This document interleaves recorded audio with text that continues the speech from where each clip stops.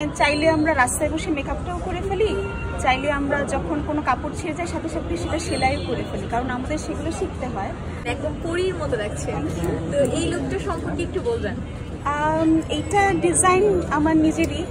আমি আসলে খুব যেহেতু চারুকলায় পড়াশোনা করেছি, সো চেষ্টা করি নিজের কস্টিউমগুলো নিজেই করার। আর এইটার বেসিক্যালি হচ্ছে যে যেহেতু প্রথমবার যখন শুনলাম নমিনেশন পেয়েছি, তখন মনটা একেবারে প্রজাপতির মতো উঠছিল আমার। তো আমার বাবাকে ভীষণ মনে পড়ছিল, আমার বাবা সাদা খুব পছন্দ করতেন, সো আমি তার কথা মাথায় রেখেই এটা করেছি। যদি একটু জানতে চাই যে যেহেতু আপনি নিজেই ডিজাইন করছেন আপনার আউটফিটগুলো, তো ভবিষ্যতে কি আমরা আপনাকে ফ্যাশন ডিজাইনিংও পাবো কিনা? এটা তো জানি না, বাট আমি আসলে যেহেতু পড়াশোনাটা চারুকলার পেইন্টিংয়ে, আর আমরা থিয়েটার করি, আমাদের আসলে অনেক কিছুই শিখতে হয়। সো যখন চাইলে আমরা রাস্তায় বসে মেকআপটাও করে ফেলি, চাইলে আমরা যখন কোনো কাপড় ছিঁড়ে যায় সাথে সাথে সেটা সেলাইও করে ফেলি, কারণ আমাদের সেগুলো শিখতে হয়। সো সেইটাকে প্রফেশনালি নেবো কিনা জানি না, কিন্তু কয়েকদিন ধরে বেশ সাড়া পাচ্ছি, সবাই বলছে যে ড্রেসগুলো ভালো হচ্ছে। সো দেখি, যদি মনে হয় অবশ্যই। আমার একটা অলরেডি ছিল যেটার নাম ছিল নওশাবাজ অরা, যদি সবার খুব চায় তারাও হয়তো বা এমন হতেও পারে। আচ্ছা, আপনি শুরুতেই বলছিলেন যে অনেকদিন ধরে কাজ করছেন, কিন্তু নমিনেশন এবারই পেলেন। তো একজন শিল্পীর জন্য এতদিন পরে নমিনেশন পাওয়াটা, এটা কি একটু আক্ষেপের জায়গা আপনার জন্য আছে?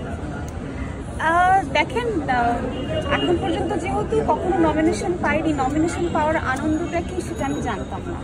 তো নমিনেশন পাওয়ার পর আমার কাছে মনে হলো যে আরেক এটা তো আর কিছুই নয়, এটা তো আর এক ধরনের দোয়া, দর্শকের দোয়া এবং ইন্ডাস্ট্রি সিনিয়রদের দোয়াই বলতে পারেন, যে একটা মেয়ে একটা ভালো কাজ করেছে, অনেক বছর ধরে থিয়েটার করেছে, সে নিজেই এই ইন্ডাস্ট্রিতে এসছে, আমি কারো হাত ধরে আসিনি, আমি নিজেই টুকটুক করতে করতে এসছি, আমার এক ধরনের জার্নি আছে। সো যখন একটা নমিনেশন হয়, এবং এর আগে তো বেশ কিছু কাজ হয়েছে, হয়তোবা আমি কোনো আক্ষেপ রাখতে চাই না, হয়তোবা আমি এমন কোনো ভালো কাজ করিনি যেটা দর্শক অথবা ইন্ডাস্ট্রির মানুষ মনে করছে, কিন্তু এটাও আমি জানি যে 18-র পরে আমাকে তো আসলে পোস্টারেই জায়গা দেওয়া হতো না। সো নমিনেশন পাওয়াটা আমি আশাও করিনি। ইনফ্যাক্ট অনেক একদম পরীর মতো লাগছে। তো এই লুকটা সম্পর্কে একটু বলবেন? এইটা ডিজাইন আমার নিজেরই। আমি আসলে খুব যেহেতু চারুকলায় পড়াশোনা করেছি, সো চেষ্টা করি নিজের কস্টিউমগুলো নিজেই করার। আর এইটার বেসিক্যালি হচ্ছে যে যেহেতু প্রথমবার যখন শুনলাম নমিনেশন পেয়েছি, তখন মনটা একেবারে প্রজাপতির মতো উঠছিল আমার।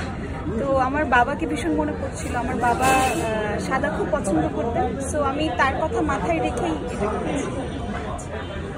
যদি একটু জানতে চাই যে যেহেতু আপনি নিজেই ডিজাইন করছেন আপনার আউটফিটগুলো, তো ভবিষ্যতে কি আমরা আপনাকে ফ্যাশন ডিজাইনিংও পাবো কিনা? এটা তো জানি না, বাট আমি আসলে যেহেতু পড়াশোনাটা চারুকলার পেইন্টিংয়ে, আর আমরা থিয়েটার করি, আমাদের আসলে অনেক কিছুই শিখতে হয়।